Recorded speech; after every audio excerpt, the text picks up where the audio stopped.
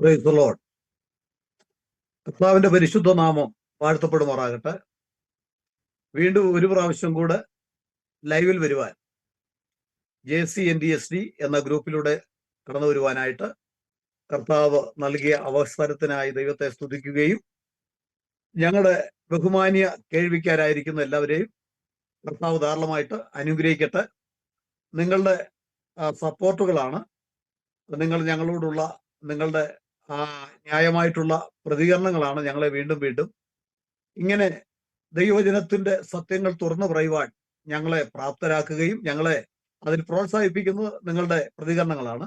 അതുകൊണ്ട് എൻ്റെ മാന്യ സ്നേഹിതർക്ക് എല്ലാവർക്കും ഞങ്ങൾ നന്ദി അറിയിക്കുകയാണ്. കർത്താവിന് സ്തോത്രം.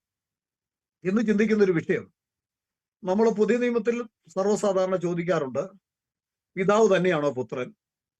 ഒരു പിതാവിന് തന്നെ പുത്രനാകാനായിട്ട് കഴിയുമോ? നിങ്ങളുടെ പുത്രൻ നിങ്ങൾ തന്നെയാണോ? നിങ്ങളുടെ പിതാവ് നിങ്ങൾ തന്നെയാണോ? ഇങ്ങനെയൊക്കെയുള്ള മാനുഷികമായിട്ടുള്ള നിലയിൽ ചോദിക്കുന്ന ചോദ്യങ്ങൾ നമുക്ക് കാണാനായിട്ട് കഴിയുന്നുണ്ട്. മാനുഷികമായിട്ട് ചോദിക്കുന്ന ചോദ്യങ്ങൾ പലരും ചോദിക്കാറുണ്ട്. ഇത് മാനുഷികമായിട്ടുള്ള ചോദ്യമാണ്. കർത്താവ് പറഞ്ഞു, നിങ്ങൾ ജഡപ്രകാരമുള്ളവരാണ്. ജഡപ്രകാരമുള്ളവർക്ക് ജഡപ്രകാരം ചിന്തിച്ച് ചില ചോദ്യങ്ങൾ അവർ ചോദിക്കും. ഞാൻ ജഡപ്രകാരമുള്ളവനല്ല, നിങ്ങൾ ഈ മണ്ണുകൊണ്ടുള്ളവനാണ്. ഞാൻ ഈ മണ്ണുകൊണ്ടുള്ളവനല്ല, ഞാൻ സ്വർഗീയനാണ് എന്ന് കർത്താവ് സൂചിപ്പിച്ചിട്ടുണ്ട്. അപ്പൊ നമ്മൾ ആത്മീയമായിട്ട് വിവേചിക്കേണ്ട പല സംഗതികളെ മാനുഷികമായിട്ടുള്ള ചിന്തയുമായിട്ട് കോർത്തിണക്കി പല ചോദ്യങ്ങൾ പലപ്പോഴും ചോദിക്കാറുണ്ട്. അതിന് വ്യക്തമായിട്ടുള്ള മറുപടി വചനത്തിന്റെ തെളിവിൽ വെളിച്ചത്തിൽ ഞങ്ങൾ കൊടുക്കാറുമുണ്ട്. അങ്ങനെയുള്ള ചോദ്യങ്ങൾക്ക് അതിന് തക്കതായിട്ടുള്ള ഉത്തരം തിരുവചനത്തിലുണ്ട്. പിതാവിന് തന്നെ പുത്രനായിരിക്കാൻ കഴിയുമോ? പുത്രന്റെ തന്നെ പിതാവാകാൻ കഴിയുമോ? ഇതൊക്കെ ന്യായമായിട്ടുള്ള ചോദ്യമാണ്. ഈ ചോദ്യങ്ങൾ മാനുഷികമായിട്ടുള്ള നമ്മുടെ ചിന്തയിൽ നിന്ന് നമുക്ക് പരിചയമുള്ള ചില സംഭവങ്ങൾ വെച്ചുകൊണ്ട് ഒരപ്പന് ഒരു മകനും ഒന്നാകാൻ സാധിക്കുകയില്ല. ആ അപ്പന്റെ മകൻ തന്നെ അപ്പനാകാനായിട്ട്, തൻ്റെ ആകാനായിട്ട് മനുഷ്യമായി നമുക്ക് ഒരിക്കലും കഴിയില്ല. ഇതൊക്കെ യാഥാർത്ഥ്യമാണ്. പക്ഷെ ദൈവത്തിന് കഴിയില്ലെന്ന് പറയാൻ പറ്റുകയില്ല. മനുഷ്യന് കഴിയാത്തത് പലതും ദൈവത്തിന് കഴിയും. പലതും എന്നല്ല, മനുഷ്യന് അസാധ്യമായിട്ടുള്ളതെല്ലാം ദൈവത്തിന് സാധ്യമാണ്. അത് നമ്മൾ ഒന്നാമത് ചിന്തിക്കണം. അങ്ങനെയുള്ള ആ ചോദ്യത്തിന് ഒരു മറുപടി എന്ന വണ്ണം പഴയ നിയമത്തിലൊരു വാക്യമുണ്ട്. അത് നിങ്ങൾ ദയവായിട്ട് ശ്രദ്ധിക്കണം. അതാണ് ഇതിന്റെ മുഖവരിയായി കൊടുത്തിരിക്കുന്നത്. സങ്കീർത്തനം 47 5 വാക്യം. യഹോവ കാഹളനാദത്തോടും കൂടെ ആരോഹണം ചെയ്യുന്നു. ദൈവം ജയഘോഷത്തോടും യഹോവ കാഹളനാദത്തോടും കൂടെ ആരോഹണം ചെയ്യുന്നു എന്നാണ്. ന്യായമായി ഒരു ചോദ്യം അങ്ങോട്ട് ചോദിക്കുകയാണ്. ഇവിടെ പറയുന്ന ദൈവവും ഇവിടെ പറയുന്ന യഹോവയും രണ്ട് വ്യക്തികൾ എന്ന നിലയിലാണ് ഇവിടെ സങ്കീർത്തനക്കാരൻ രേഖപ്പെടുത്തിയിരിക്കുന്നത്.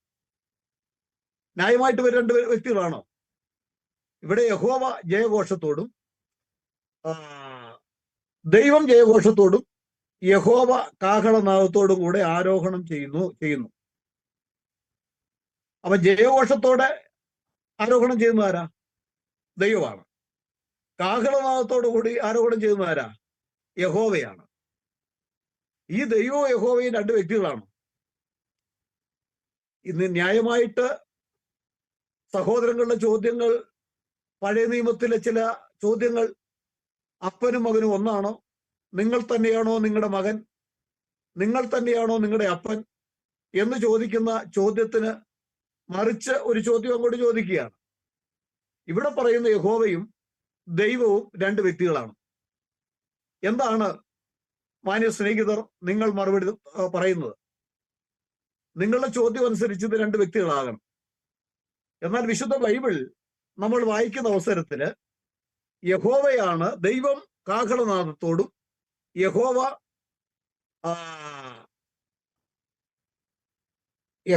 ദൈവം ജയഘോഷത്തോടും യഹോവ കാഹളനാദത്തോടും കൂടി ആരോഹണം ചെയ്യുന്നു എന്ന് പറയുമ്പോൾ രണ്ട് വ്യക്തികളായിട്ട് തോന്നാം.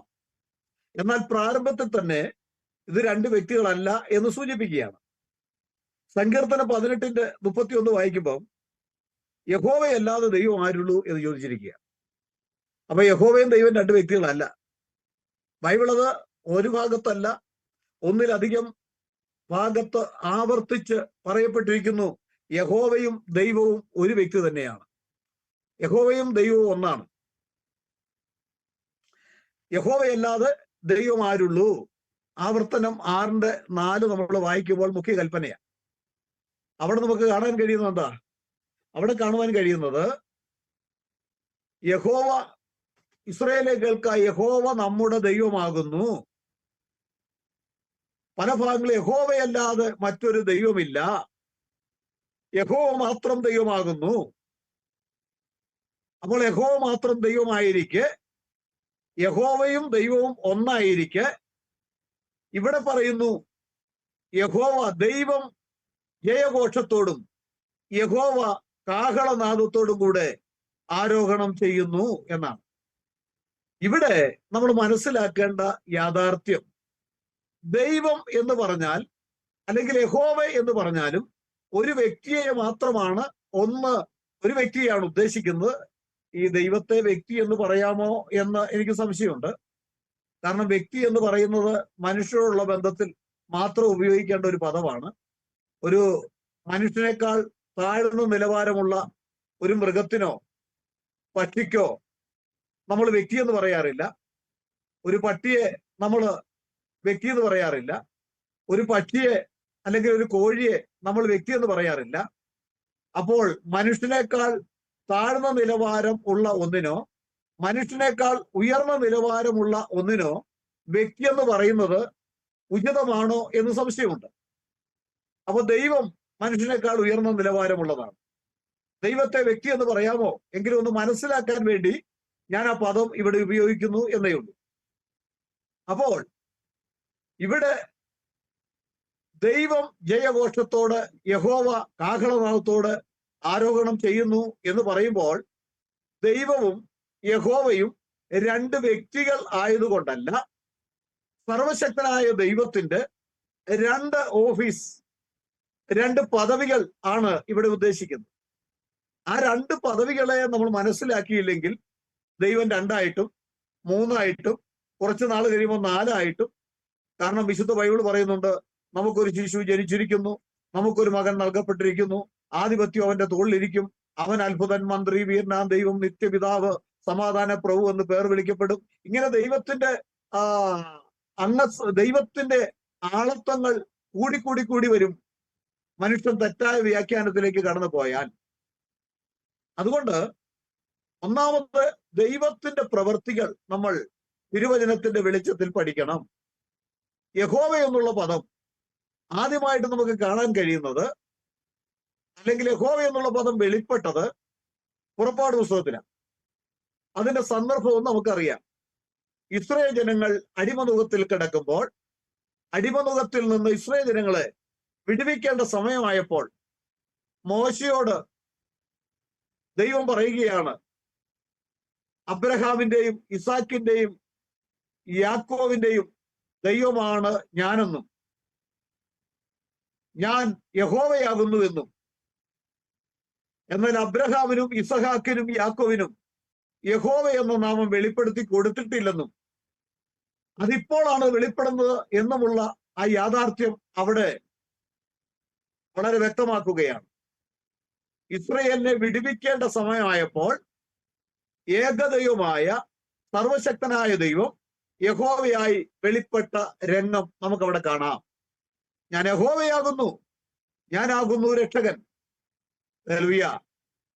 രക്ഷകൻ യഹോവ തന്നെയാണ്. യഹോവയല്ലാതെ മറ്റൊരു രക്ഷകനില്ല. അപ്പോൾ ദൈവം യഹോവയായി വെളിപ്പെട്ട ആ പ്രത്യേക രംഗം ഇസ്രയേൽ മിസ്രയീമിൽ അടിമനുഖത്തിൽ കിടന്ന് നിലവിളിക്കുമ്പോൾ, എന്റെ ജനമായ ഇസ്രയേലിന്റെ നിലവിളി ഞാൻ കേട്ടു, അവരുടെ കഷ്ടത ഞാൻ കണ്ടു എന്ന് പറഞ്ഞ് മോശയെ വിളിക്കുന്ന ദൈവത്തിന്റെ ശബ്ദം നമുക്കവിടെ കാണുവാൻ കഴിയുന്നു. അപ്പോൾ ദൈവത്തിന്റെ ശബ്ദം ആദ്യമായി മുഴങ്ങുമ്പോൾ ഞാൻ യഹോവയാകുന്നു, അബ്രഹാമിനും ഇസാക്കിനും യാക്കോവിനും ഞാൻ സർവശക്തിയുള്ള ദൈവമായിട്ട് വെളിപ്പെട്ടു. യഹോവ എന്ന നാമത്തിൽ വെളിപ്പെട്ടില്ല എന്നവിടെ വെളിപ്പെടുത്തുകയാണ്. അപ്പോൾ ഉൽപ്പത്തി പുസ്തകത്തിലൊക്കെ യഹോവ എന്നുണ്ടല്ലോ. പിന്നെ പുറപ്പാട് പുസ്തകത്തിൽ ഈ സമയത്താണോ വെളിപ്പെട്ടത്? അപ്പൊ അതിനു മുൻപ് യഹോവ എന്നുള്ള പദമുണ്ടല്ലോ എന്ന് ആരെങ്കിലും തർക്കിക്കാൻ വന്നാൽ അതിന് കാരണം യഹോവ എന്ന പദം വെളിപ്പെട്ടതിന് ശേഷം ആണ് മോശ ഉൽപ്പത്തി, പുറപ്പാട്, ലേവ്യ, സംഖ്യ, ആവർത്തനം ഈ പഞ്ചഗ്രന്ഥങ്ങൾ, ഈ 5 പുസ്തകങ്ങൾ എഴുതിയത്. അപ്പോൾ ദൈവത്തിന്റെ നാമം ഈ എഴുത്തുകാരനായ മോശയ്ക്ക് അറിയാം. അത് വെളിപ്പെട്ടതിന് ശേഷം എഴുതിയ പുസ്തകങ്ങളാണ് ഈ 5 പുസ്തകങ്ങളും. അപ്പോൾ അതിന്റെ പ്രാരംഭം മുതൽ യഹോവ തോട്ടത്തിൽ വരുന്ന കാര്യം പറയുന്നു. യഹോവ നടക്കുന്ന ശബ്ദം അവൻ കേൾക്കുന്നു. അവിടെയും യഹോവ എന്ന് പറയുന്നുണ്ട്. പുറപ്പാടിൽ മാത്രമല്ലല്ലോ, പുറപ്പാടിന് മുൻപും യഹോവ എന്നുള്ള പദം കാണുന്നുണ്ടല്ലോ എന്ന് പറയുമ്പോൾ എന്ന് ചോദിച്ചാൽ ന്യായമായി അതിന്റെ മറുപടി യഹോവ എന്ന നാമം വെളിപ്പെട്ടതിന് ശേഷമാണ് മോശ ഈ പുസ്തകം എഴുതാൻ തുടങ്ങിയത്. അപ്പോൾ ദൈവത്തിന്റെ നാമം മോശയ്ക്ക് അറിയാം. അതുകൊണ്ട് ആ ദൈവത്തിന്റെ നാമം താൻ തന്റെ എഴുത്തുകളിൽ ഉപയോഗിച്ചു എന്നേ ഉള്ളൂ. ഇതൊക്കെ പഠിക്കേണ്ട വിധത്തിൽ പ്രിയ സ്നേഹിതരെ നമ്മൾ പഠിക്കണം.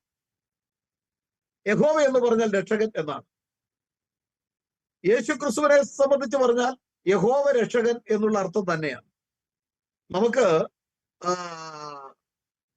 ലൂക്കോസിന്റെ സുവിശേഷം 2-ാം അധ്യായത്തിന്റെ 11-ാം വാക്യം നമ്മൾ വായിക്കുമ്പോൾ, സർവ്വ ജനത്തിനും ഉണ്ടാകുവാനുള്ള ഒരു മഹാസന്തോഷം ഞാൻ നിങ്ങളോട് സുവിശേഷിക്കുന്നു, കർത്താവായ ക്രിസ്തു എന്ന രക്ഷകൻ നിങ്ങൾക്ക് ദാവീദിന്റെ പട്ടണത്തിൽ ജനിച്ചിരിക്കുന്നു. അവൻ ആരാണ്? അവൻ കർത്താവാണ്. കർത്താവ് എന്ന് പറഞ്ഞാൽ യഹോവ, അല്ലെ ദൈവം ആത്മാവാകട്ടോ. ദൈവം ആത്മാവാ. അവന്റെ ആത്മീയ പ്രവർത്തനത്തെ കുറിച്ച് ആത്മാവായ ദൈവത്തിന്റെ പല പ്രവർത്തനങ്ങളെ,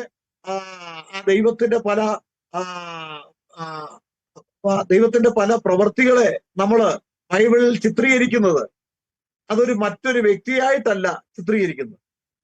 അത് ദൈവത്തിന്റെ പദ്ധതികളാണ്, ദൈവത്തിന്റെ പ്രവൃത്തികളാണ്, അവന്റെ പ്രകൃതികളാണ്, അവന്റെ നേച്ചറാണ്. അപ്പോൾ കർത്താവ് ആയ ക്രിസ്തു എന്ന് പറഞ്ഞാൽ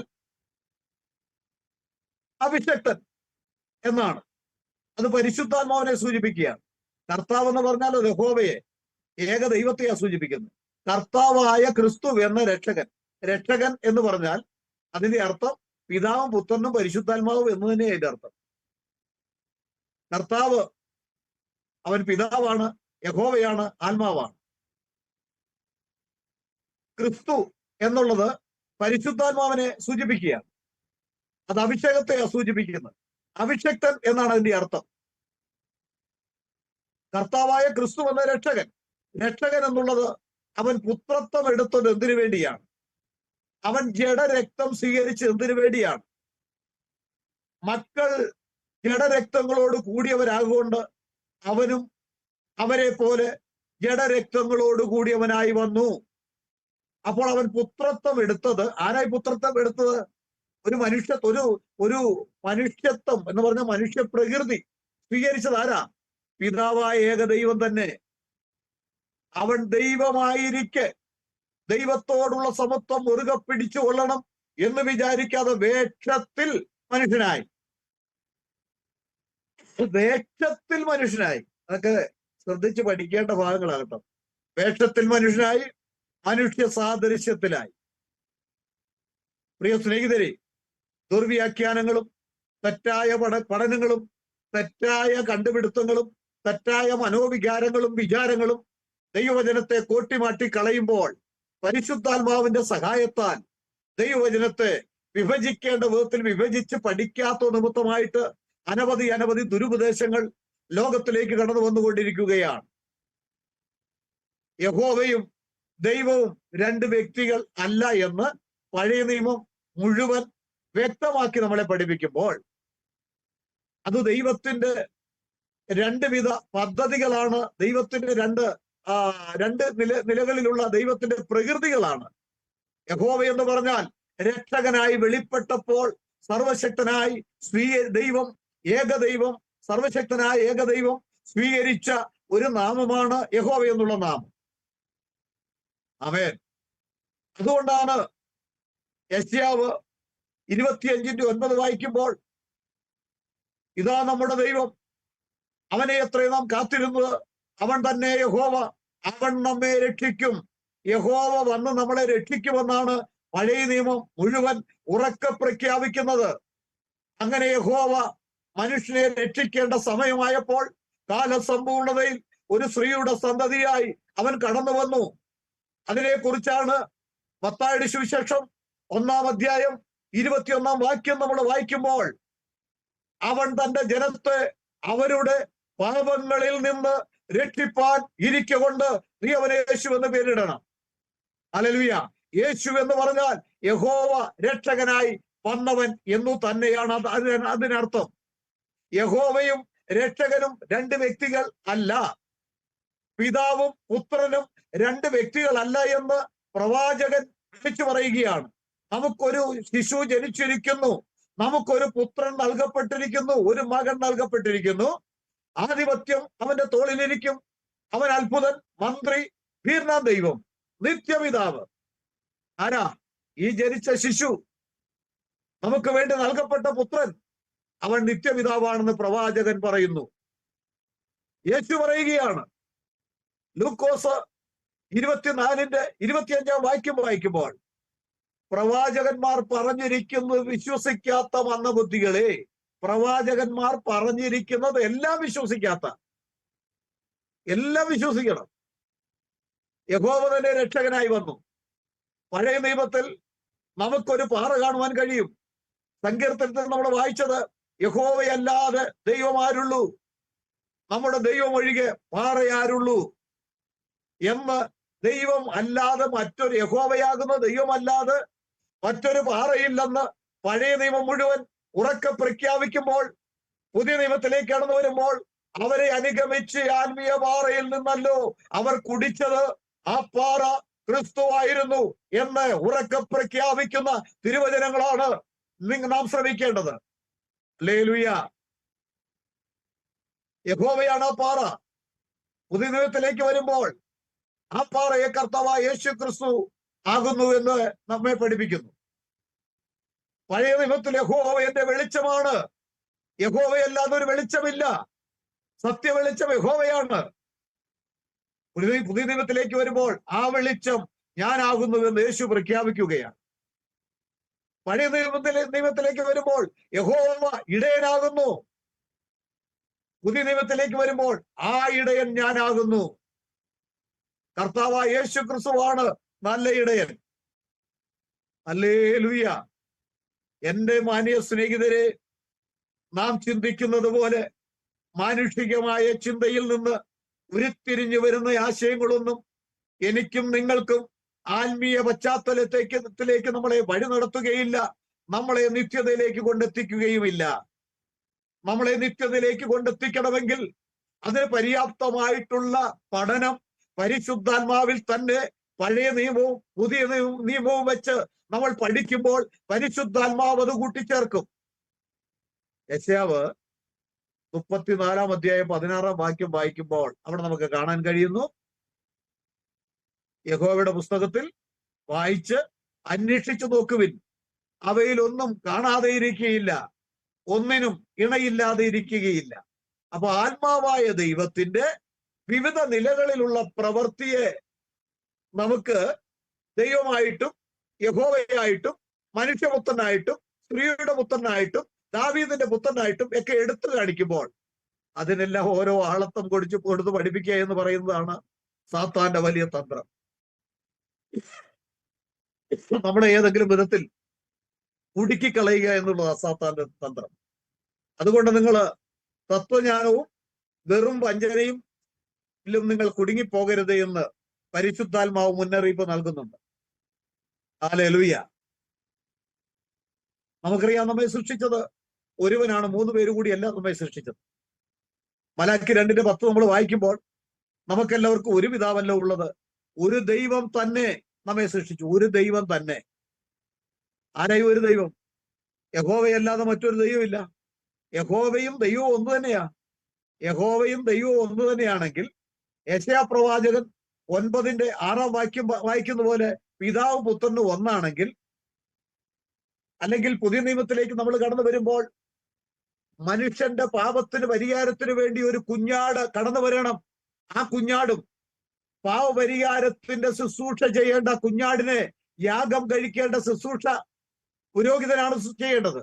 ആ പുരോഹിതനും മഹാപുരോഹിതനും ആരാണ്? യേശു തന്നെയാണ്. യാഗ കുഞ്ഞാട് ആരാണ്? യേശുവാണ്. യാഗം കഴിക്കേണ്ട കുഞ്ഞാട്, യാഗം വസ്തുവാകേണ്ട കുഞ്ഞാട് യേശു ക്രിസ്തുവാണ്. യാഗം കഴിക്കേണ്ട ശുശ്രൂഷ ചെയ്യേണ്ട മഹാപുരോഹിതനും യേശു തന്നെയാണ്. പുതിയ നിയമത്തിൽ യാഗ കുഞ്ഞാടും യാഗം കഴിക്കേണ്ട പുരോഹിതനും ഒരു വ്യക്തിയാകാമെങ്കിൽ പിതാവും പുത്രനും ഒരു വ്യക്തിയാകുന്നതിൽ എന്താണ് അതിനകത്ത് വിരോധാഭാസം എന്ന് നിങ്ങളൊന്ന് ചിന്തിക്കണം. ഹല്ലേലൂയ. സൃഷ്ടിതാവ് ഒരുവൻ. നമുക്കെല്ലാവർക്കും ഒരു പിതാവല്ലോ ഉള്ളത്, ഒരു ദൈവം തന്നെയല്ലോ നമ്മെ സൃഷ്ടിച്ചത്.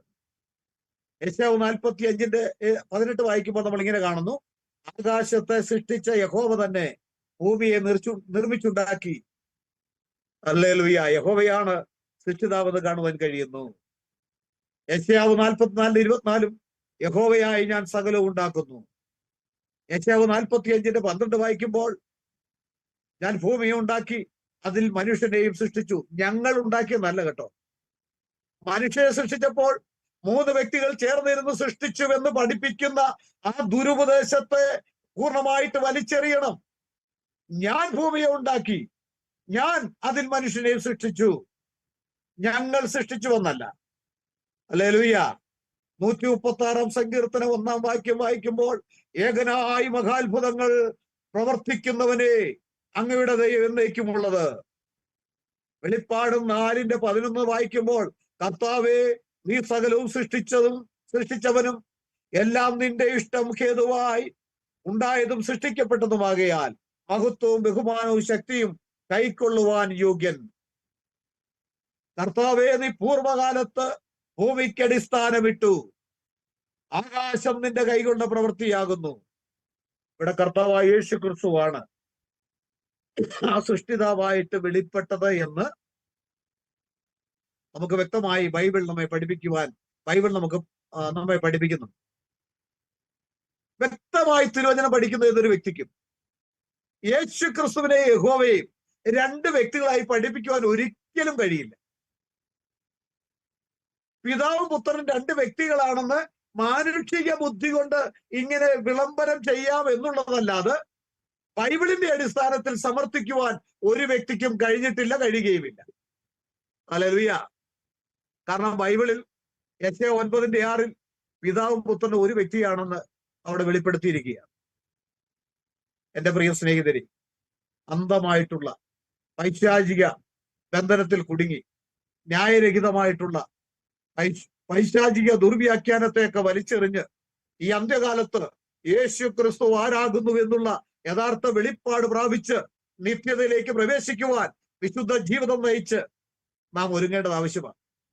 എല്ലാ ദ്രവ്യാഗ്രഹവും, എല്ലാ ദുഷിച്ച പ്രവണതയും, എല്ലാ അധികാരത്തിന്റെ ആർത്തിയും, എല്ലാ അധികാരത്തിന്റെ വടംവലിയും പരിശുദ്ധാത്മാവിൻ്റെതാണെന്ന് പറഞ്ഞ് ഇന്ന് സഭകളിൽ നടക്കുന്ന എല്ലാ പേക്കോലങ്ങളും, കള്ളപ്രവചനങ്ങളും, ദുരാചാരങ്ങളും, കള്ള ബഹളങ്ങളും, കള്ളത്തരത്തിന്റെ പിശാചിന്റെ പദ്ധതിക്ക് വേണ്ടി കൂട്ടുനിൽക്കുവാൻ വേണ്ടി കാണിക്കുന്ന എല്ലാ വ്യാജ ഉപദേശങ്ങളും വലിച്ചെറിഞ്ഞ് യേശു ക്രിസ്തു കർത്താവെന്ന് വായി കൊണ്ട് ഏറ്റു പറയണം. യേശു ക്രിസ്തു യഹോവ എന്ന് വായി കൊണ്ട് ഏറ്റു പറയണം. യേശു ക്രിസ്തു മാത്രമാണ് യഹോവ. ഹല്ലേലൂയ. അവരറിഞ്ഞിരുന്നില്ല. അറിഞ്ഞിരുന്നുവെങ്കിൽ തേജസ്സിന്റെ യഹോവയെ ക്രൂശിക്കയില്ലായിരുന്നുവെന്ന് പൗലോസ് പറയുകയാണ്. യേശു ക്രിസ്തു തേജസ്സിന്റെ യഹോവയാണ്. തേജസ്സിന്റെ യഹോവയായിട്ട് അവൻ ദൈവരൂപത്തിലിരിക്കെ ദൈവത്തോടുള്ള സമത്വം മുറുകെ പിടിച്ചുകൊള്ളണമെന്ന് വിചാരിക്കാതെ വേഷത്തിൽ മനുഷ്യനായി വന്നു. തന്നെത്താൻ ഒഴിച്ചു. എന്താ? ദൈവം എന്നുള്ള അവകാശവാദങ്ങൾ താൻ ഒഴിച്ചു, തന്നെത്താൻ ഒഴിച്ചു. ദൈവം എന്നുള്ള അവകാശവാദങ്ങൾ ഒഴിച്ചെങ്കിലേ താൻ ഇവിടെ മനുഷ്യവർഗത്തിന് ഒരു പരമയാഗമായി തീരുവാൻ കഴിയൂ. അതുകൊണ്ട് അത് ഒഴിച്ചു. ദൈവം എന്നുള്ള അവകാശവാദങ്ങൾ താൻ ദൈവമാണെന്ന് പറഞ്ഞിട്ടില്ല. യേശു പറഞ്ഞിരിക്കുന്നത് എന്താ? മനുഷ്യപുത്രൻ മനുഷ്യപുത്രൻ മനുഷ്യപുത്രൻ എന്ന് മാത്രം പറഞ്ഞിരിക്കുന്നു. ഹല്ലേലൂയ. താൻ ദൈവമാണെന്ന് വെളിപ്പെടുത്തിയ പല സന്ദർഭങ്ങളുണ്ട്. ഒന്ന് നമ്മള് മത്തായിയുടെ സുവിശേഷം 17-ാം അധ്യായം വായിക്കുമ്പോൾ പത്രോസും യാക്കോബും യോഹന്നാനും ആ മറുരൂപമലയിൽ ചെന്നപ്പോൾ തന്റെ മുഖം സൂര്യനെ പോലെ വിളങ്ങി, തന്റെ വസ്ത്രം അതിവെണ്മയുള്ളതായി തീർന്നു. അതിനുശേഷമായിട്ട് ഇറങ്ങി വന്നപ്പോൾ പറഞ്ഞു, മനുഷ്യപുത്രൻ മരിച്ച് അടക്കപ്പെട്ട് ഉയർത്തെഴുന്നേറ്റതിന് ശേഷമേ ഈ ദർശനം നിങ്ങൾ ജനങ്ങളോട് പറയാവുള്ളൂ.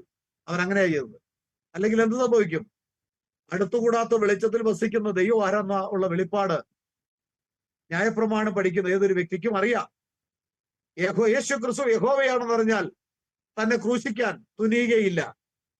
താൻ ക്രൂശിൽ പരമയാഗമായില്ലെങ്കിൽ മനുഷ്യവർഗത്തിന്റെ പാപത്തിന് പരിഹാരം വരുത്തുവാൻ ദൈവത്തിന് സാധിക്കാതെ പോകും. അതിനിവിടെ രക്തം ചൊരിയണം. രക്തം ചൊരിയണമെങ്കിൽ പാപമില്ലാത്ത രക്തം മനുഷ്യനിലില്ല. അതുകൊണ്ടാണ് പഴയ നിയമകാലത്തിൽ ആട്ടുകൊറ്റന്മാരുടെയും കാളക്കിടാക്കളുടെയും രക്തം ഒരു വർഷത്തെ പരിഹാരത്തിന് വേണ്ടി അവിടെ ചിന്തപ്പെട്ടത്.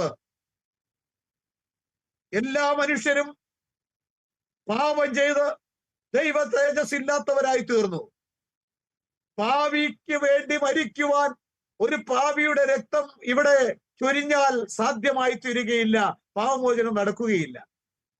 അതുകൊണ്ട് പാപിക്ക് വേണ്ടി ഒരു പരമയാഗം, പാപമില്ലാത്ത ഒരു കുഞ്ഞാടിവിടെ യാഗമാകണം എന്നുള്ളത് കൊണ്ട് ആത്മാവായ ഏകദൈവം, ശരീരമില്ലാത്ത ഏകദൈവം, അവൻ ഒരു ജഡവേഷമെടുത്ത് അവൻ ജഡത്തിൽ വെളിപ്പെട്ടു.